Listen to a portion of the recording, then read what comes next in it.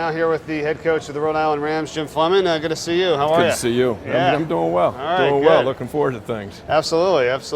Here in Baltimore at M&T Bank Stadium. Almost concluding Media Day 2015. Got one more coach to join us after you. Now, let's talk about year two here. Last year, your first year at Rhode Island. I mean, just tremendous differences, I'm sure, in terms of the sophomore season, if you will. So where are you at? Where do you feel like things have been after you have a year under your belt?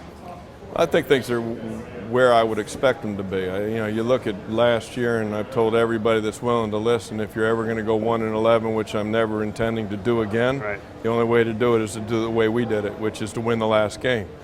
There was a great persistence with the kids.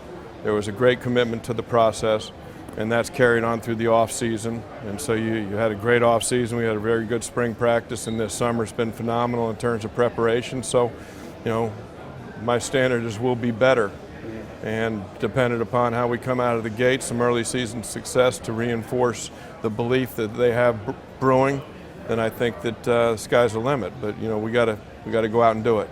Yeah, a few coaches in this league who we've talked to today, in the early stages, like in year 2s, 3s, and 4s, what's your process and what's your kind of timetable in terms of what it takes when you take over a program and what you need to do, for it to be successful? I mean, it's, a timetable is we're all very impatient. Right. I've been part of programs where we were able to flip it in a very quick period of time. When we were at Sacred Heart, everything lined up right, and it went from really bad to really good in hyperspeed. Right. You don't know. You don't know how long it's going to take. I want it to happen this year. I wanted it to happen last year. I thought we could walk out of the season with a winning season. We didn't achieve that goal. So, I think this year right now, we just step up and play the first ball game and then take it off from there. But I think that, we've got good players in the program. We've got good coaches. We've got an opportunity to line them up and play 11 ball games this year, and I think that we can get our share as long as we execute, do the things fundamentally that good football teams do, have a little success, and then build on the belief that's brewing. Who knows? You had a couple guys splitting time at quarterback last year. One's gone, one's back, and James Caparell. I mean, I know you have to go through camp and see, what all shapes up. Is that what your kind of thought is in the quarterback? Yeah, I think there's a lot of riding on the quarterback position like everybody.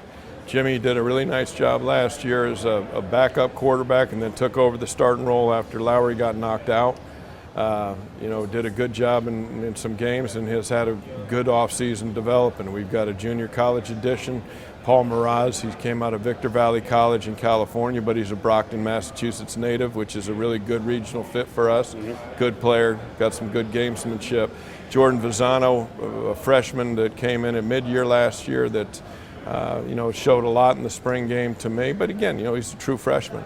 And then we've got a couple of guys that we recruited, that we're bringing in to be able to figure out which way we go with it. But it's under, we're under the gun a little bit. We got to be able to figure out 1, 2, and then the backup third, probably within 8 days of camp. Okay. Defensively, Andrew Bowes, one of your best last year in the linebacker spot. He's gone. I see people say, replace. There's no replacing certain people, But have you seen maybe already, in a sense, who might be able to kind of step up into some sort of leadership role for you? And what do you think the defense's opportunities are this year? Yeah, I think, Tim Wineclaw was with us last year. He's going to his senior year. He will be our defensive leader. I think Adam Parker can set up as our the only returning linebacker had significant time. Adam should be able to come in and fill the holes that Bowes left. Obviously, Bowes is playing right next door in this stadium for practice right now, so he was a pretty good player, and those are big shoes to fill. But we've got I think we've got a good nucleus of guys. We'll put them out there. We'll teach them where they're supposed to go, where they're supposed to fit, and then get there fast. And in a bad mood, we'll be all right. No secret that, that over the years, it has been a struggle, at times at Rhode Island for this team, for the program, and it's in the best league in the country, So let's not forget that CAA, is the cream of the crop in terms of FCS college football. Mm-hmm. It always has been for a long time. And what has made it for you attractive to come here and say, what, I'm going to try to change the culture here of this place? Because like you talked about, you don't want to go 1-11. You want to be consistent. You want to keep this program at a level and keep trying to attain more and more year after year, and it'd be something that the program, I'm sure, hasn't really seen in quite some time. So what makes it attractive for you that you're like, I'm going to come here and hopefully I can be the guy that can do this, for this school and for these athletes? How is that? Well, that's how I'm wired. I mean, it's every coach is going to go into it and go win football games. That's why you do it. But it's also a tremendous challenge. I mean, you're talking 30 years ago was the last championship. But if it's been done before, it certainly can be done again. There's no reason why we can't. Now, there's a number of different things that need to happen from long-term success. And my approach it's always been is full speed ahead, damn the torpedoes. Let's go ahead and put a winning product on the field.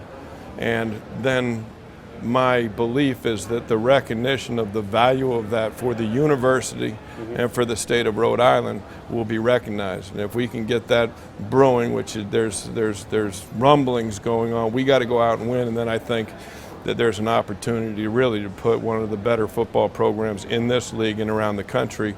Requirements are commitment from administration, which we've had. And so I'm really looking forward to breaking the door down at some point in time. Hopefully it's this year. All right, very good. And it'll be full speed ahead in the opener, Friday, September 4th, into the Dome versus Syracuse. And that's going to be a great challenge for you guys. And hopefully it'll be a good game for you, too. Absolutely. Villanova took them down to the wire and had a good opportunity, so let's do the same thing. It can happen, yep. Yeah. Coach, thanks so much. Great to talk to you. And too. good luck to you guys this year, all right? Appreciate it. Okay, thanks. Jim Fleming, he's the head coach of the Rhode Island Rams.